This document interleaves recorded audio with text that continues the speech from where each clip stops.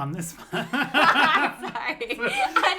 I looked down for a second. You're like, we're starting now. I think we're starting now. Oh my god, okay. Okay. On this month's episode, we discuss slut shaming and a murder no one cares about, but that's par for the course. All of that and much, much more on Murder We Spoke.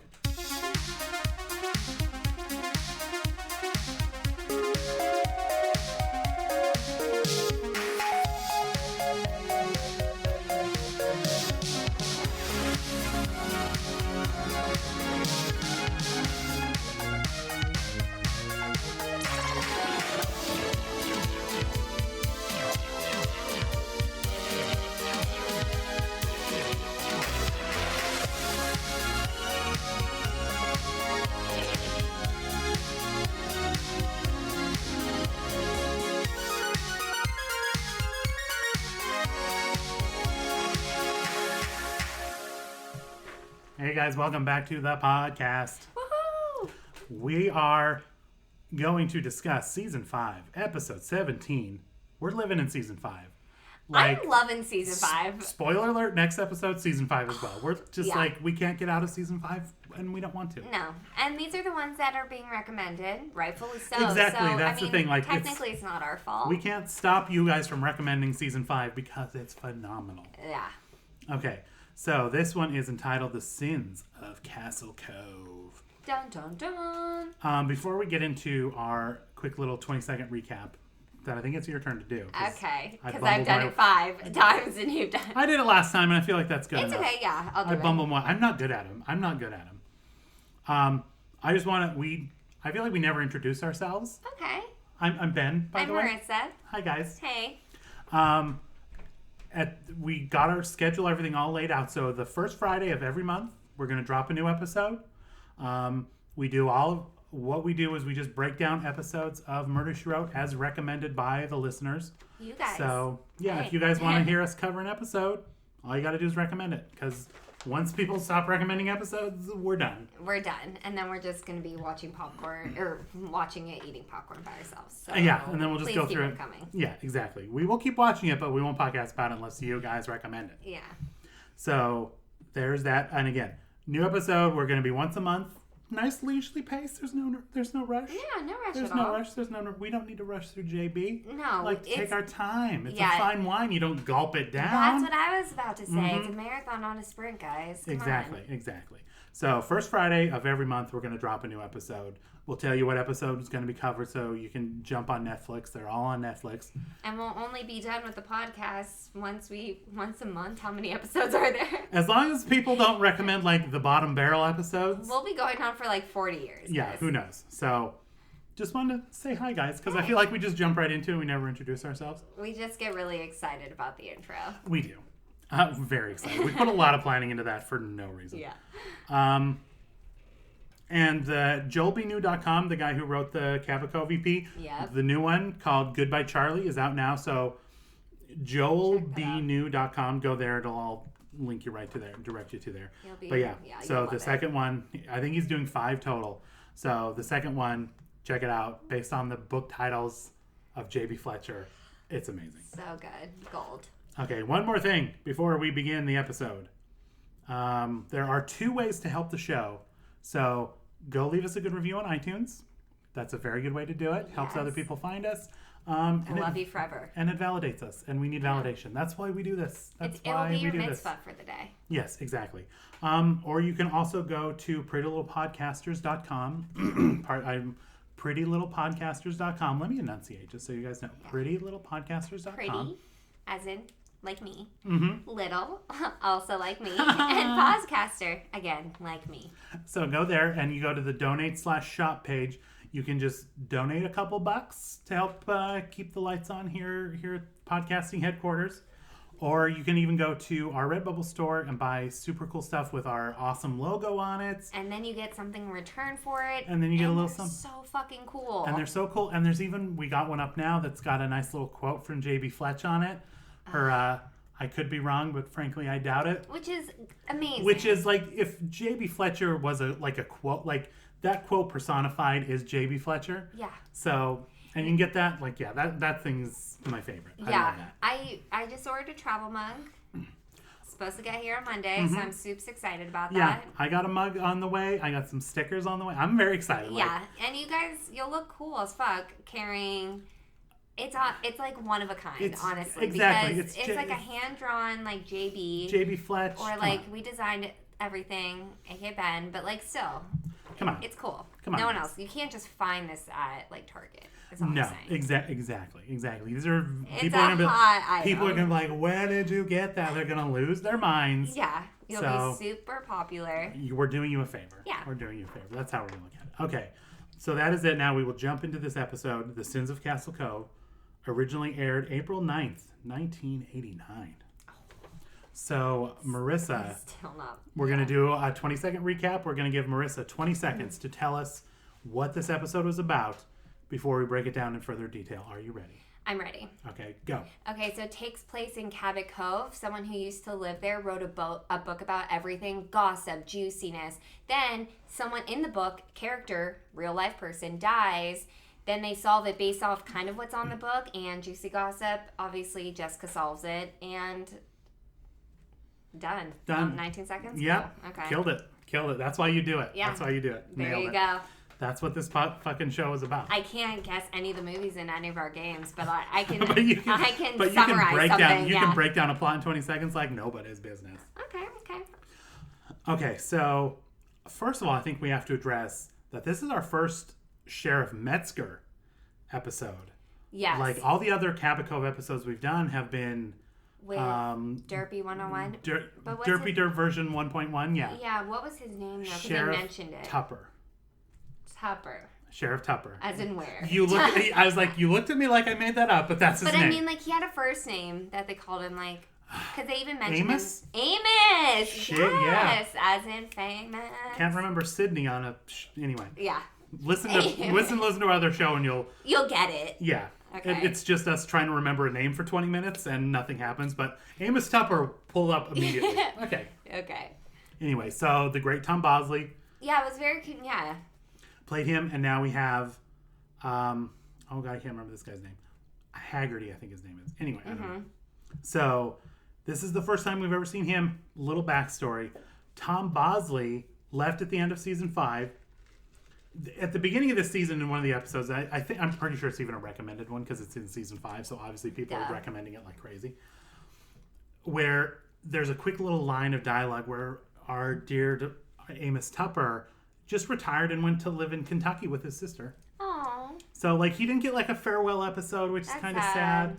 But I guess over the break, he was offered his own show called The Father Dowling Mysteries, and he played a priest.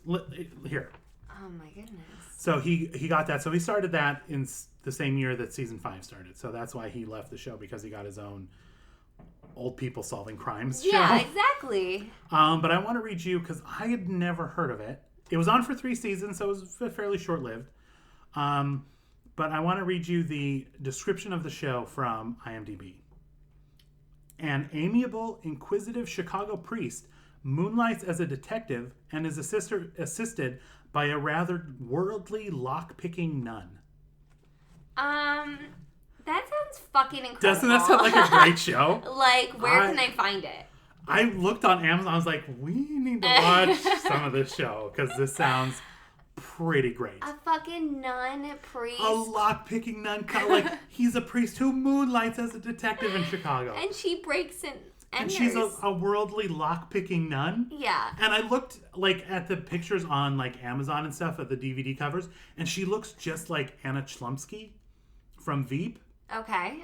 And it's like, imagine Sheriff Tupper running around with Anna Chlumsky, nun Anna Chlumsky, solving crimes. This is incredible. I'm imagining her as, like, the nun in Orange is the New Black, who's like a cool nun kind of thing, like who's okay with breaking and entering places. But... Yeah, she's like a super young nun that's just hanging out. Like, God. So I checked. It's not on Netflix either. I checked there, so you'll have to break down and buy the DVDs if you want to see this one. How much are they? Like 25 cents. P.S. Definitely gonna at least buy one season. Yeah, okay. Because it looks pretty.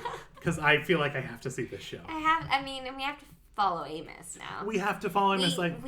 make fun of him, but it's out of love. Like, we still love Amos. I mean, we call him Derpy Derp, but God, we love him so much. Yeah, like... So, you guys like some of you that have seen the show, that like watched Murder, She Wrote when it was on, that like it, let us, is it worth watching? Like, should we do like a bonus ep where maybe we cover Father Dowling Mystery?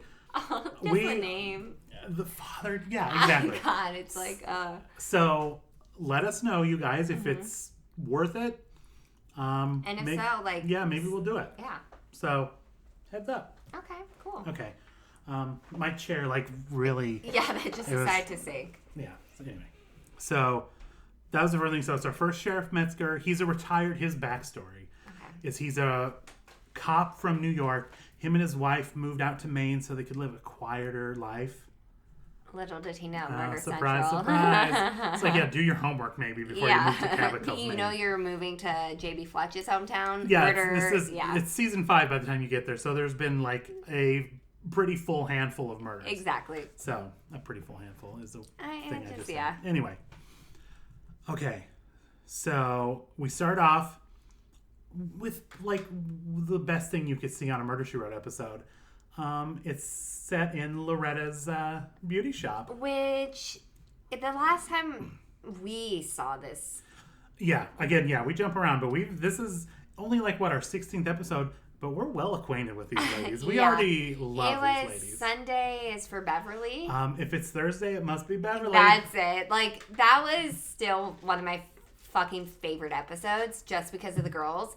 So when I saw that this was set in Cabot Cove, and we got so much Loretta's beauty parlor time. Like, that's the thing. And these girls, they don't, even after the book comes out and there's all this stuff, they still endlessly sit in there and gossip. Like, they learn lessons. And they just make fun of it. Like, oh yeah, of course I'm doing that. Like, that's when Eve Simpson was going in, she's like, I want to get like a peach to match this, and so he'll think that I'm like approachable but not too sexy and blah blah blah. And she's like, I'm acting just like the character from that book. Yeah, she's like red on red, and like, oh my god, it's so good. That was glorious. But yeah, Loretta, I love because she's got that Carol Channing-esque like little growl to her voice, and I love listening to her talk. And she's just like the mother hen of all these gossiping little biddies, and it's so great. And I feel like we kind of like really in Thursday Must Be Beverly, like we got to know Loretta a little more. That's right. We kind of got a little bit of a backstory, a little heartbreaky. Exactly. A little heartbreaky. So like special place for Loretta. Exactly. Yeah. We love Loretta. Yeah, she's great. So, and her name is fucking Loretta. That's so fun to say. I would name a kid Loretta. I've already decided I'm never having fucking kids. Because you might name them Loretta. I don't want kids. But I would, like, Loretta's a great name. Dottie. I would go, like, super old school 40. Like, I would name her Dorothy, but I would call her Dottie or Dot. Okay. Because I love, like, that's such a great... You love, like, 80-year-old woman names. Exactly. Like waiting at the bus stop. Okay. It's time to bring back Edith. That's all I'm saying. God. Maybe not Edith. Yeah. Maybe not Edith. Maybe not. But, like, Dottie. Wouldn't you love a little girl named Dottie? How fucking cute. She would, like, keep, like, Kleenex in her, like, yes, bag. She like, would. her little... I would love, like, a Dottie. Can you just have a kid now and name it Dottie? That's the only reason. And, like, you'll get time off work anytime they have a doctor's appointment or anything. That's, like, your ticket. That's what I need. I just need a picture of a little kid. You just like, oh, this is my... Dottie. Me and Dottie got to take Dottie to the doctor. Oh, little Dottie. Dottie. Oh, I love Dottie. Okay, so they turn on the TV. One of the girls is like, oh, I need to watch my show.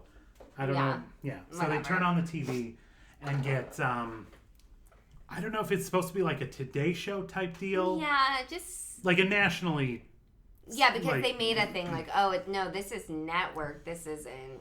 Yeah, because she's like, I don't want to turn on now. The only thing that's on is local TV. It's like, oh boy, we're deep in the 80s. Yeah. We're the only thing on.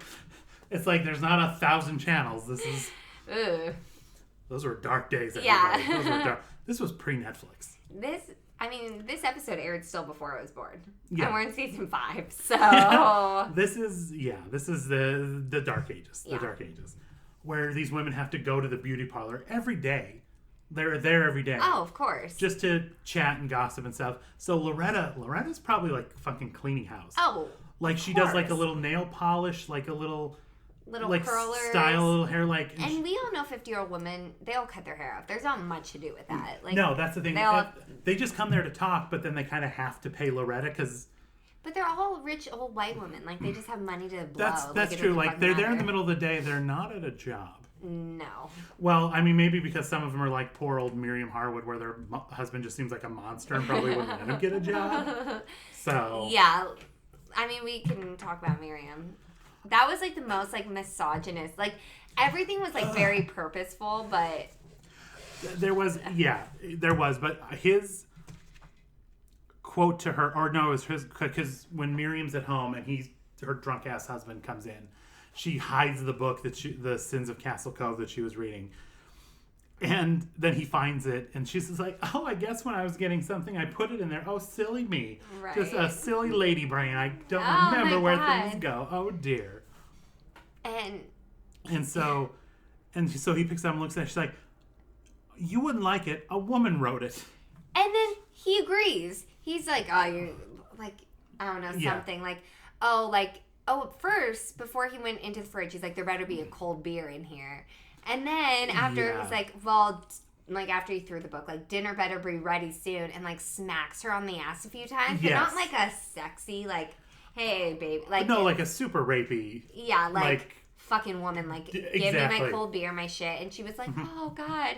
Like, of course she doesn't want it. She sleeps around. Like, fuck that dude. Exactly. At first, when she was reading it, when we didn't know who she was, and she was reading through, and she was like, oh no. And she was like, I was like, oh my God, she just found out her husband's cheating on her in this book. And she's just like, happy homemaker, and she doesn't know. Complete opposite. Yeah, Complete opposite. So. Yeah, because their neighbor outside was like, hey, Frank, have you read a book yet? And he's like, what are you talking about? Like, he's like, it's like the neighbors are weird, but. And I like how this was about Miriam, how they were, or was it about Eve? That Eve way. Simpson. When they said, like, she's like, what if a wife tells one of the husbands of his friends and they tell him, like, what's going to happen? And the dumb one, yeah, I can't remember her name, but the dumb one who has never had sex and is not in the book because she's boring. Yeah. She's like, oh, he'd never know. In the book, the slut is a redhead or something. Yeah. It's like, oh. Oh, and then, like, she walks out, and they're all kind of like, oh, so, I forget what they said, but they just continue to gossip right afterwards. And you're like, oh, Miriam's like, you know, she's so anxious, like, walking on eggshells, like.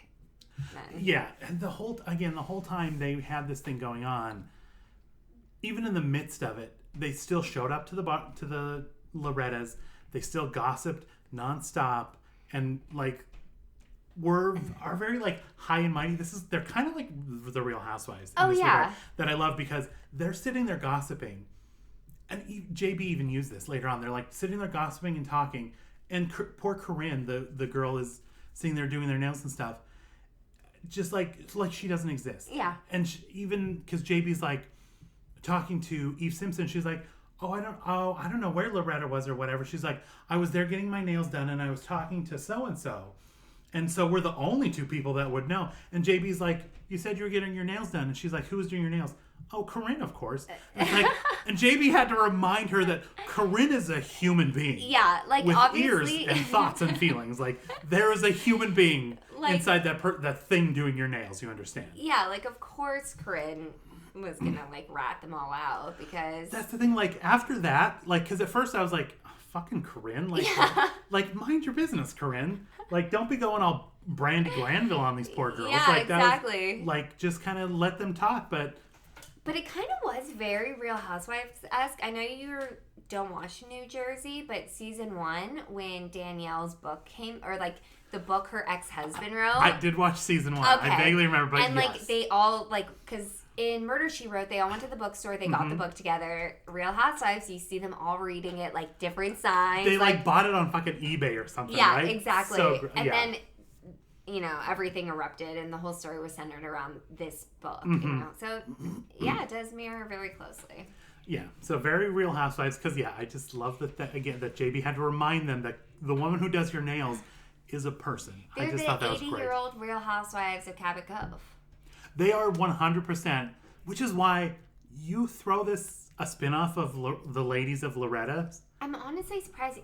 I love Amos, but that he got one over Ladies of Loretta. Like Loretta's Ladies. That's the thing. Like, it's the perfect, like, half hour Golden Girls, half hour of Loretta's Ladies.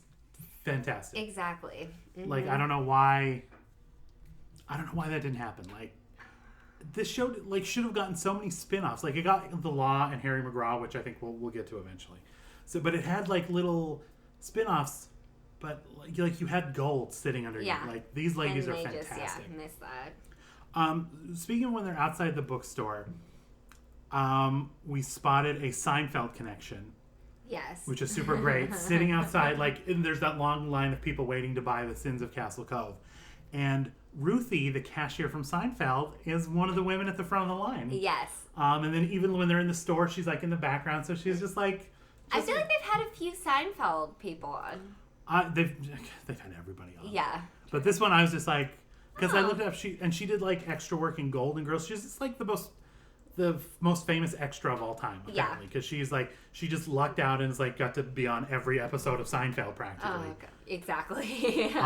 And so, but that's awesome. Yeah, little Ruthie Cohen. Hey. So. Yeah, that was awesome. The combination of even something that small of Seinfeld and Murder, She Wrote, like, two of the greatest shows of all time coming together. Jerry, gold. Yeah, so love that. So they buy the books, and I totally like when the geek, what was his name? The bookstore owner? They kept calling him the geek. We can just go with the geek. The geek's fine. So when the geek is like, the ladies come in and he's all super nice to him, and then he talks to Miriam. Super creepy. I didn't remember that at all. Luckily, they did a flashback to it because I don't know where I was. I was interrupted quite a bit watching this episode, so I was probably. So I'm just gonna have to blame that. That's okay, whatever. I think you were also probably distracted because that was a book scene with Ruthie. So all I was doing was looking in the background for Ruthie. And you texted me like, I just spot so. So that's probably what happened. Yeah. But anyways, they did a flashback. And so we talked to Miriam. Was like, "Oh, you haven't come around in a while." Like, I was hoping you'd be here. Yeah. It was that very like. She's like, "Why can't this line go faster? Like, just stop talking to me, weirdo." So like, it was very, like that was very telling, especially for a Murder She Wrote episode. It's like when they have a scene like that, it's like something is happening with these. Like that's. Except normally in like the other episodes, that'd be a red herring because it's too obvious. Yeah, exactly. But now it was like. So obvious we didn't think about it. Yeah, that's the thing, because not to toot my own horn, but I had my aha moment before JB did. Usually she has it before everybody. Yeah, but she only had it in the last 2 minutes of the show, which was also... But when the guy, because I feel like she should have called him out right when he said it, because at the end, when he's like, oh, that poor thing, and for all that to happen in the kitchen and blah, blah, blah. Because immediately, like, I would assume most viewers were like, in the kitchen, he did. How does he know it was in the kitchen? He did it, but no one else. I think it's because she hadn't gotten like the whole thing was. JB was so much slower reading than everyone else, which didn't make sense because she's the author. Like she should be the quickest reader, but everyone's like, "Oh, wait till you get to that part. Wait till you get to that part." So maybe she hadn't gone to that part yet. Yeah. What was her character's? Casey Feather. Feather, yeah. Casey Feather. I think that's what it was. It's so good. So ridiculous. I loved it. But the Sybil who wrote the book had some fucking balls because she trashed everyone and she even trashed J.B. Fletcher. Yeah. Because everyone kept saying like, "Oh, wait till you get to that part," which, yeah, whatever. And then the old English teacher, she made her even older. Yeah. I guess like because that's the only insult you can heal at She J.B. also said that she solved the murder as opposed to the English teacher. So I think it was like a little dig at like her knowing something. Whatever. Yeah, exactly. Like, hello. But she asked Jessica to sleep in her house because she was like overwhelmed by celebrities. It's like you wrote one book. That's the thing they had. She's like, I even wrote it down. She's like, I can't deal with all the flashbulbs and all of this. I was like, you're a first-time author. You look like you just broke out of the fucking Mormon temple. Like she did, like Jeff, whatever his name was. How is it that J.B. Fletcher looks younger than Sybil? Yeah, like straight up. Yeah, and Sybil kind of looks like She does look like she just escaped a cult. Yeah, like she doesn't look.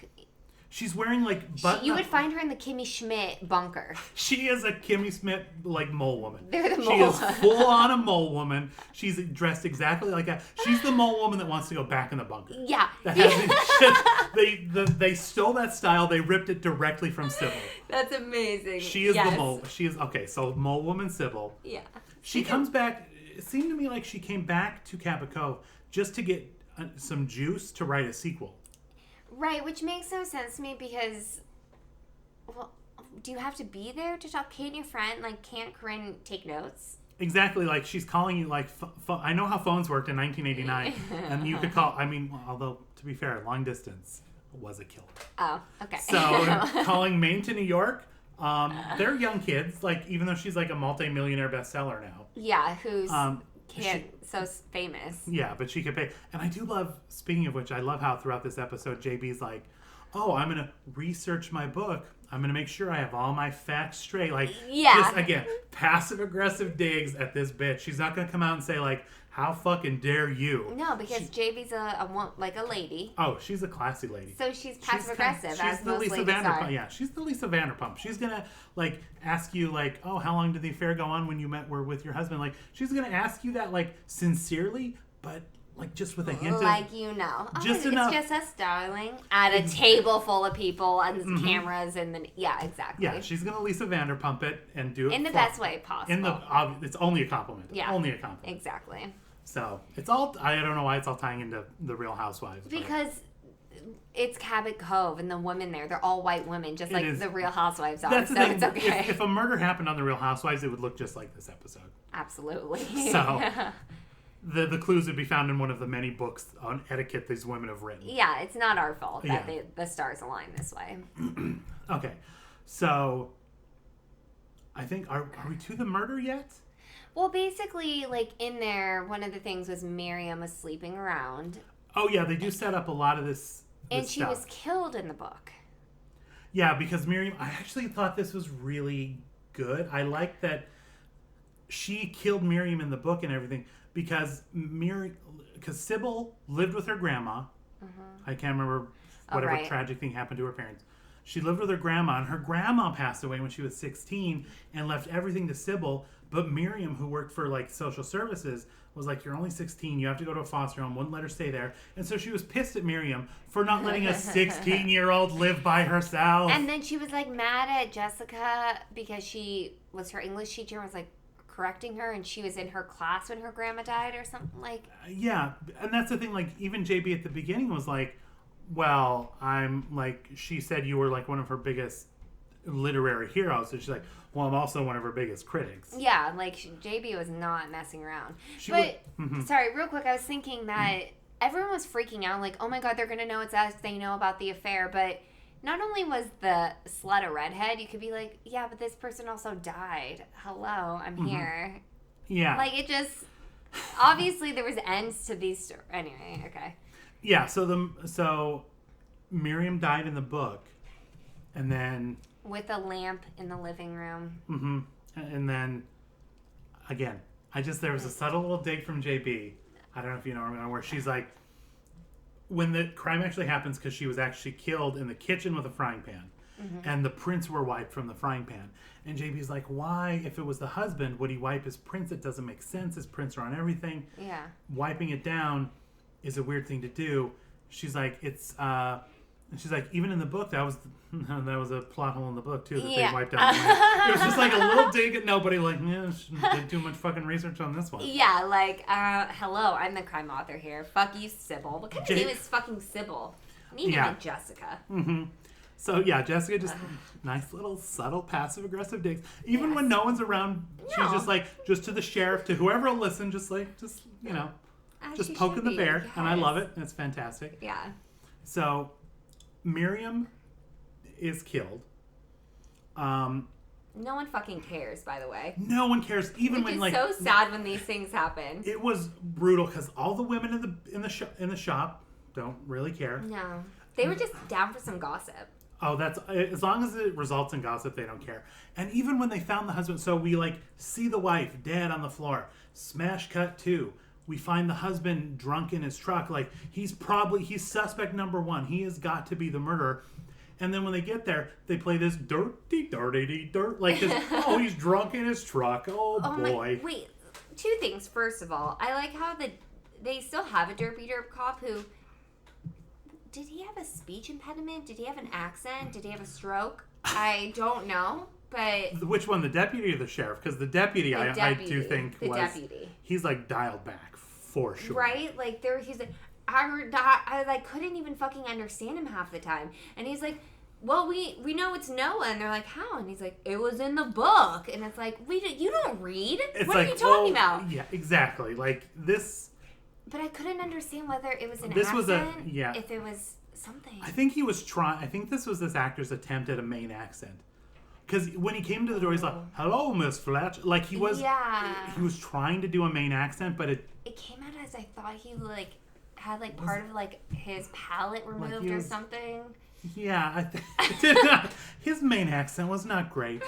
Okay, I mean, better that than a stroke. Like, I legitimately thought, like, wow, they're doing... It was, I was, like, I got in a conversation on Twitter with someone a while ago. I wish I could remember her name. But she was talking about how, like, she's from Maine. And she's talking about how the Maine accent on this show is aggravating to people from Maine because they just are awful at it. That's amazing. So, so this guy was terrible. His Maine accent. Yeah, I didn't even know that's what he was going for. Yeah. Surely Sheriff Tupper hired him to make himself look smart. Which, mission accomplished. He did. You would have to, yeah. You couldn't look...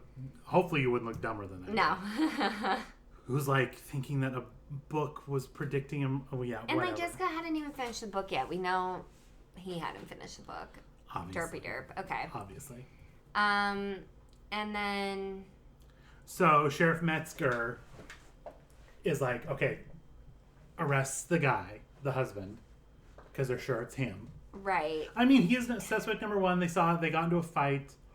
People heard him fighting. Yeah, he was drunk. They knew, like, her affairs came out in the thing. Mm-hmm. But they didn't know it was him enough because he was in the prison or jail sleeping off a drunken bender or whatever. Uh-huh. And they had to try and figure something out before he woke up, which is why they called Jessica in for help, of course. Yeah, naturally. Oh, I do like, we didn't cover, before the murder even happened, someone broke this bookstore window and burned all the books. Yeah, some Fahrenheit 451. Yeah, and then Nazi shit, which led to the introduction of my favorite character in this episode.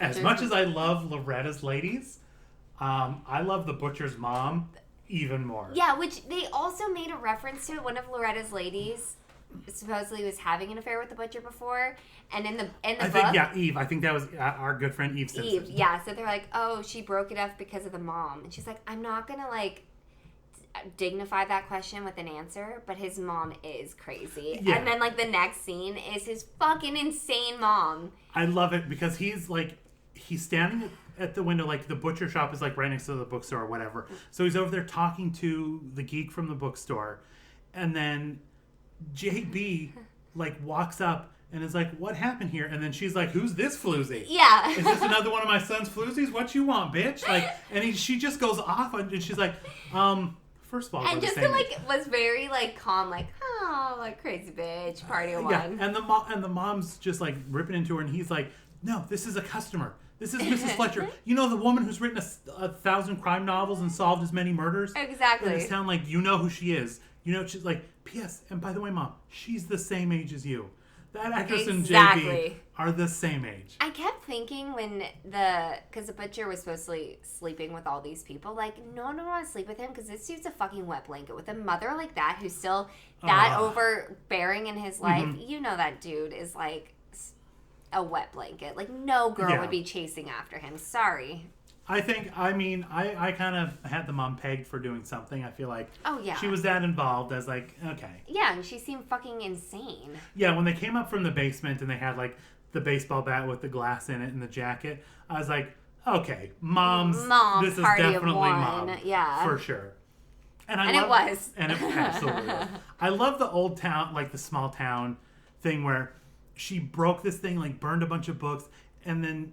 But because she's a little old lady, JB just goes to the geek and is like, oh, don't press charges. He'll pay for the window. And yeah, like, please, could you not? You know, and he's like, okay, and it's like, is that... I'd be like, that fucking woman just yelled at me in the street. She's clearly batshit crazy. That's the thing. And even after JB does all this nice stuff and everything, she's still like full on like, who's this hussy? Yeah. Like, why is this hussy talking to my son? Like, she's just... And you would think that your son's like 40, like maybe he should be talking to women. Mm-hmm. Like maybe back off a little. But she That's wants the them all thing. for herself. Well, all he wants is to sleep with married women, as we learned. So Yeah. that's his type. God. So Mulligan, I can't remember his name, but Butcher Mulligan. Yeah. Did the mom have like an Irish accent, or was she slipping in and out of stuff too? I feel like she was slipping in and out of stuff, but I also feel like she looked Irish because like her like reddish hair, she was like Mulligan. feisty. Yeah, Mulligan. so I feel like okay, yeah. she's an old lady from the old country. I definitely got the Irish. Okay, vibes. I was like, am I making this up? Do I just want to hear an Irish accent, or is it actually happening? No, I feel like that was somewhat happening. Okay, so we never forget Mrs. Crazy old Mrs. Mulligan. God. She's... Oh, speaking of Miriam, I have one more little note on this episode that's worth noting.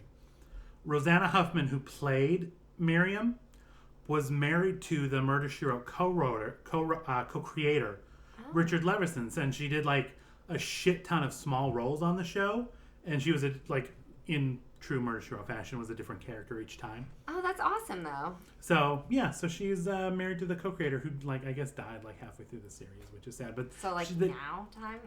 Basically. Oh, that's sad. I think like not long before this. I'm pretty sure he had died before this episode was filmed. But they obviously like because like, so then they just kill her. So they just keep having her back, and then like killed her. I'm sure she needed the paycheck. Although she should be getting the royalties, I guess. Yeah. He was the co-creator of like one of the most popular shows of the 80s. So. Okay, we'll have to look into their net worth. Yeah. Anyway, I just thought that was interesting. No, that is. So let's see. So we covered the book burning. Basically, which something still doesn't make sense to me when Sybil is staying in Jessica's house and she asks to use the bathroom. She's like, "Oh, it's up the floor." Like, "Oh, it's to the right." And Jessica's kind of like, "Yeah, like how does she know where my bathroom is?" How would Corinne know where her bathroom is? And how is that a thing? That's the thing. I was wondering that same thing because she was like, is it still the second door on the right or whatever she said? And it's like. And Jessica was like taken aback by it, but yeah, because like you were she was like your high school students like. Surely you weren't having like sleepovers at your English teacher's house. No. So how did she know? And Jessica's face was that, and I thought it was something like, oh, whoever's telling all the story, they know stuff no one else knows. But they wouldn't know something like that. That's not a gossip thing, like where Jessica Fletcher's bathroom is. No. And that never came full circle, I thought. Yeah, I didn't understand that either. Okay. I am just as confused as you are on that one. Okay. I don't know why Yeah. she knew that. Like, was she snooping around or something? Maybe it was to imply that she was a snooper? Yeah. I don't know. Okay. Well, she was, because she's like, Sybil's not a great person either. No, Sybil was fucking weird. I didn't like her at all. Again, a horrible origin story. Fucked around, like, foster care. Yeah, I don't know. But, who cares? She dresses like She dresses like a mole woman, so it's hard to have sympathy for her. No. And those two little clips in her hair, like, you're supposed to be like this young, hip thing, and you are the oldest person on the show right now. Exactly. God, it was horrible. And she had that curly hair that she just brushed out, so it's like puffy. Oh, it was awful. Yeah, that was her Get hair. out of here. Her hair drove me insane. Yeah. It was atrocious. It looked like burned. It looked so Yeah, awful. it was. We did get. I can't remember what what happened in that scene, but we got to see Dr. Seth Hazlitt exercising outside. Yeah. You need to tweet that GIF you made. First thing I did was make a GIF out of that because how have I not seen that GIF before? It's amazing. Of him like ghost jump roping and then doing like the okay, we're doing 2 wrists in front of one another. 2 wrists and then down off to the side. 2 wrists and then Jessica came up and said something to him, but like who could pay attention to what Jessica was saying when Seth Hazlitt was just doing like a little prancy walk down the street? It was It's such an old person workout. Like, the next best thing, he could have been, like, speed walking in a mall. I feel like that would be a better workout because it's not like he was jumping with it. He was just doing a light little jog. And he was moving his wrist. Yeah, moving your wrist is not like... so that was... Oh, God, that's amazing. Follow us at Murder We Spoke on Twitter because I definitely will be tweeting that son of a bitch out. It was so good. It was fantastic, yeah, but then... Why does she corner him? Why was he a part of it? I mean, he has to be because he's in Cabot Cove, but... Yeah, because he's her buddy. I did like his haircut because he used to have like a nice I mean, I realize I full on have his haircut right now. It's the same one, but he's got I cut my own hair. It's a disaster. Don't worry about it. Don't worry about it. It'll grow in. It's okay. It'll grow in. But he full on looked like he was about to join the military. He had like a nice head of hair. Yeah, it's very rigid, like very. Yeah, I don't care for his haircut at all. Yeah, no. Yours isn't his is very squarey. It's very squarey. I don't care anyway. Okay. But anyway, just one more fashion thing. Like the beginning of the episode, JB with her like blue sweater with the blue scarf. Yes. Amazing. Or how about her collar on collar, which is normally a fashion faux pas, but it was the gray with the blue, like just a little pop of color. I know exactly what you're talking about. God, JB she's looking great in this episode. Yeah, she's my queen, but also my fashion icon. Is that weird? No, not at all. God. She's killing it. She's absolutely killing it. She is. Okay, so that's fucking better than Sybil. Mole woman Sybil. Yeah. Again, like, you have this 60-plus-year-old woman, like, just, like, cutting-edge fashion in the 80s, and then you have mole woman Sybil. And she's so, like meek, and she's like, yes, she's so mousy and annoying. Yeah. Yeah, she's... I just see about her face, and I'm like, oh, like a... It's, like, kind of, like, severe in a way, and it's... not... Mole woman, I think, is the best way to describe her. Yeah, she's the mole woman. She's the mole woman. Okay. Anyway, so that's how they figured out, because she goes and talks to him. They were talking about, because I think in the book there was something about the geek pining for Miriam. Right. And then they finally put it together that that the guy from the bookstore was the geek. Right. And that's why I think he had kind of sad, like, made up a relationship with them. Like, she wasn't actually even sleeping with him. No, not at all. Like, they were just like he said, like, she would come in and she was just very nice to him, and she would kind of talk a little bit. Like, she was well read and would talk books with him. And in his mind, like, that was kind of like dark. A little dark. Yeah, that was dark. For Murder, She Wrote, it was like he built up this relationship in his head, like, full on crazy mode. Yeah.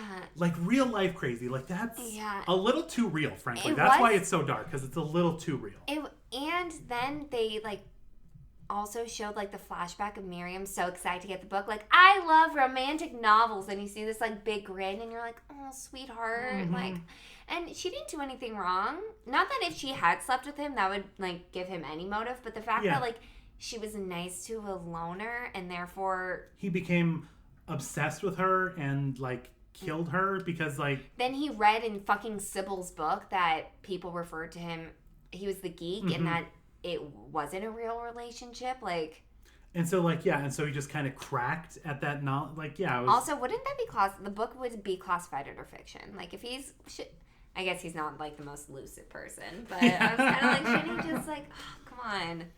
Yeah, so that was sad, because he was just like, he was the geek. He was just this sad, lonely old man who ran a bookstore, and like people came in to buy this book, and he got to talk to people and see people, and he was so happy and excited about it. Yeah. I'm just getting depressed now. Like, this is sad. Fucking really this is this poor guy. And she probably like let him in, but she probably let him into the kitchen, like just being nice, and then he fucking attacked her with a frying pan. Yeah, Jesus like, what a way to go. And then no one cared. And then no one cared. And then no one gave a fuck. And we didn't even see her husband after that. He was just still probably drunk in a cell. He did not care, except that his dinner wouldn't be ready. That's the only thing. He's like, I guess I'm going to have to go to a diner every night for dinner now. Yeah. Who's going to make my lunches? God, no, probably one of her friends will just shack up with her husband. Oh, Eve Simpson will jump right in there.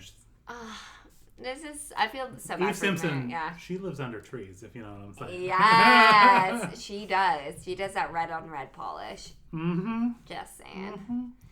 Mm-hmm. So JB has her little aha moment when they're talking about the kitchen, and then they confront him, and it's super sad and horrible. Yeah. And how did the episode ended on, of course, like a laugh line. Right, I know. What was it?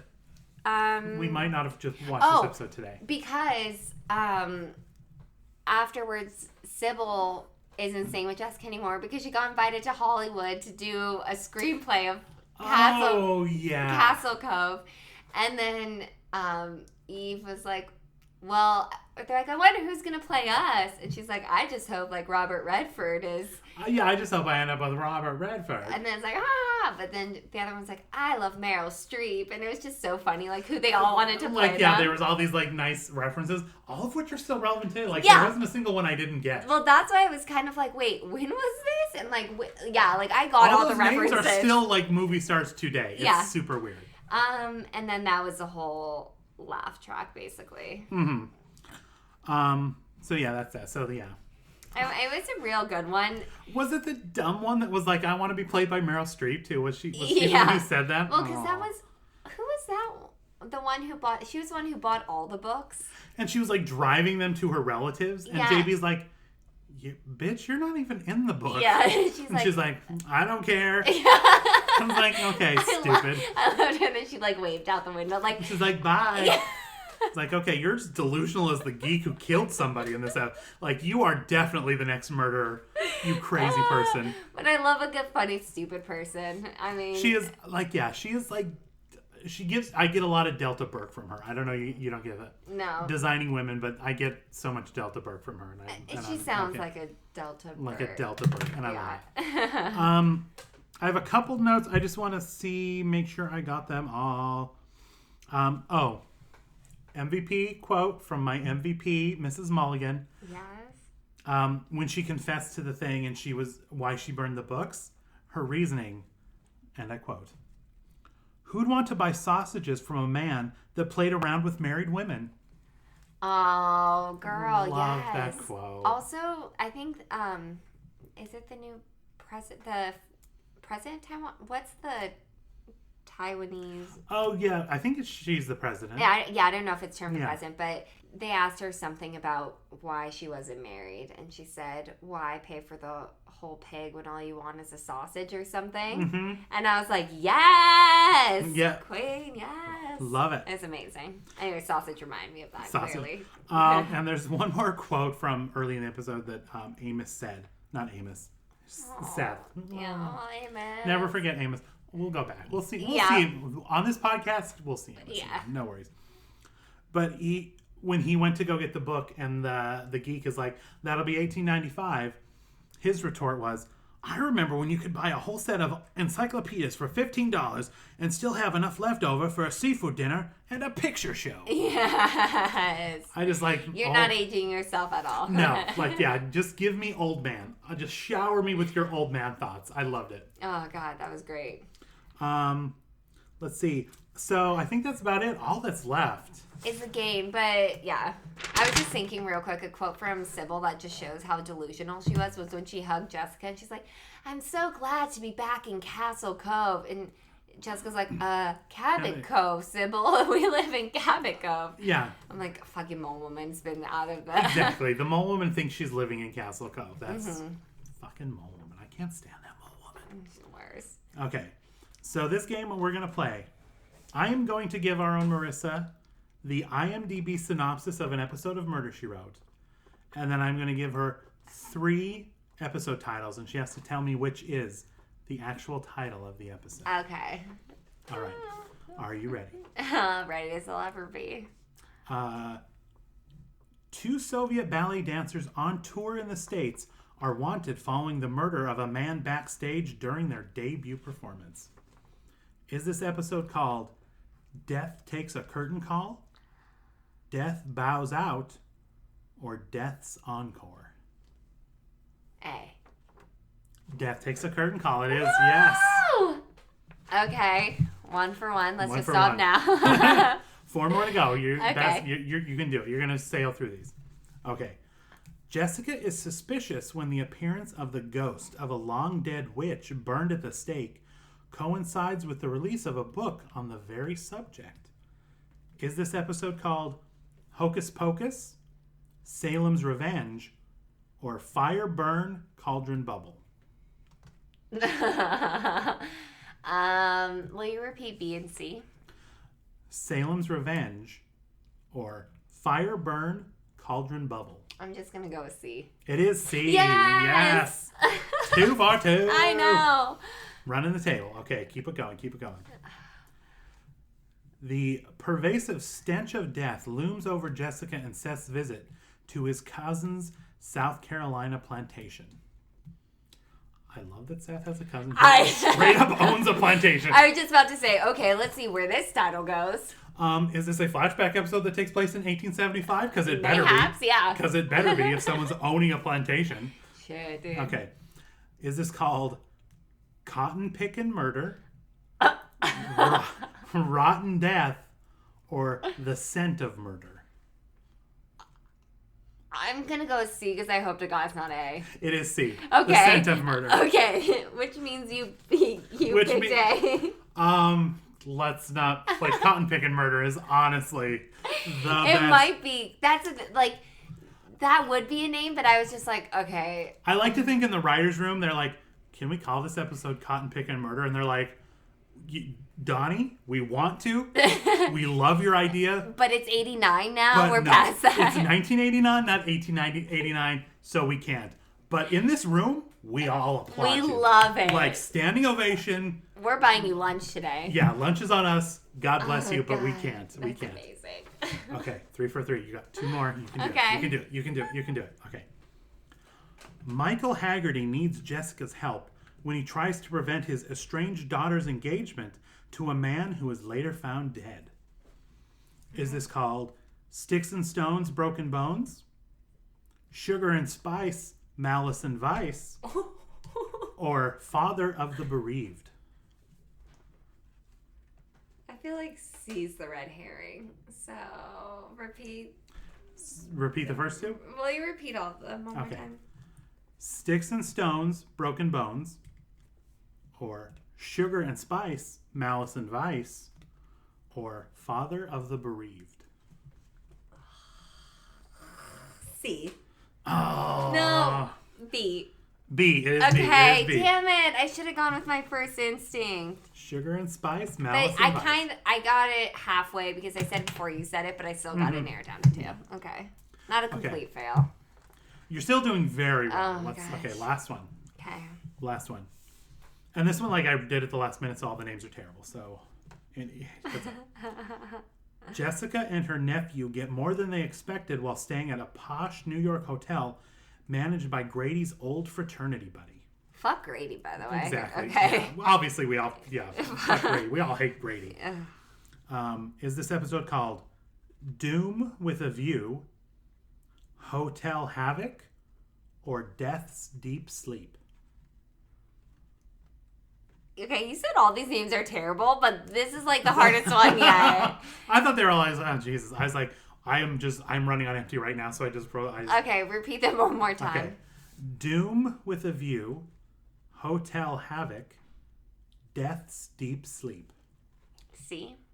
No. Is B? No. Hey, this is the hardest one. Doom with a View. Okay. That just seemed like it didn't seem like a good title. Doom with a View. I was like, no, they have clever names in that. That didn't even like kind of rhyme. Okay. It's like Room with a View, Doom with a View. I thought that was a clever little thing. I guess. Yeah. Whatever. I'm too tired. It didn't even rhyme. I was like, okay. All right, guys. Before we leave you, let's see. Did we already go over leave us a good review on iTunes? Did we say that already? I don't know. And if we didn't, we should have. Because yeah. you guys definitely need to go do it. You guys, and we got to start reading them on the podcast again because you guys are leaving good ones. Okay, Although, yeah. there was one. We have to do it when Melissa's here because we all need to talk about. There was a review, 5 stars. This dude was super nice. He's like, but they say the word like so much, and it reminds me how I do that too. And it's like. The thing is, it's not gonna stop. Yeah, my mom has been bugging me about this for my entire life. Legitimately, like, I hear, God damn it, see, again, every time I hear myself say it, even when we're doing this podcast, I hear myself say it, and I consciously am like, tone it down. Don't say it as much. Be cognizant of it. And I still say it all the time. I can't. So, we're trying. It's like, again, 5 stars, super cool. Thank you. Thank you so much. You're not wrong. We're kind of from the I'm 8 you're from the valley. Marissa's from the valley. You can't. I'm a teeny bopper. Just you can't turn it off. I'm like almost 30 now. Oh god. Oh no, you're like in your mid-20s. Let's calm down. Yeah. Okay. So yeah, pleasant review on iTunes. We'll start reading them again on the podcast. And send us your recommendations at Murder We Spoke on Twitter. You can email them to us, murderwespoke@gmail.com. I love it. So we just want, because again, we're only doing this based on your recommendations, so keep those coming in. Any season, any episode. Anything. Send us your faves. Again, we're a little light on like the later episodes, so if you guys want to, but I don't mind living completely in like the season 6 and that prime Jessica times. the prime time Jessica Yeah. before she moved to New York when she was still living in Cabot. Yeah, so we're fine. We're We with love it. We're not but complaining. I'm just saying. The next episode we're going to cover. Oh, did I say who? This episode, I'm sorry, was recommended by @foot_Bruce and Lisa, who sent us an email. Okay. So I forgot Thanks, to say guys. that. Yeah. So these are the two folks that recommended this episode. Next week's episode, again, we're staying right in season 5. We're not going anywhere. Season 5, episode 3, entitled "Mr. Penroy's Vacation." It was recommended to us by @Kimberly80 and @OnMSW. And they said it's another annoying mailman, just like the one from If It's Thursday, It Must Be Beverly. Yeah. So Which is one of my fave episodes. I don't know if Loretta's ladies are in it, but fingers crossed, maybe they will be. Maybe. So, if not, it's still Cabot Cove, and there's still so many shenanigans. Still going to be great. So that's it, guys. Otherwise, we will see you next month. Yeah, see ya. Bye. Bye.